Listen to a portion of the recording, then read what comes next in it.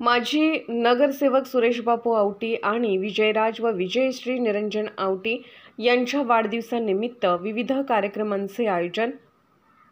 माजी नगरसेवक आणि सभापती भाजपचे मिरजेचे ज्येष्ठ नेते महापालिकेचे किंगमेकर सुरेश बापू आवटी आणि विजयराज व विजयश्री निरंजन आवटी यांच्या वाढदिवसानिमित्त विविध कार्यक्रमांचे आयोजन करण्यात आले आहे।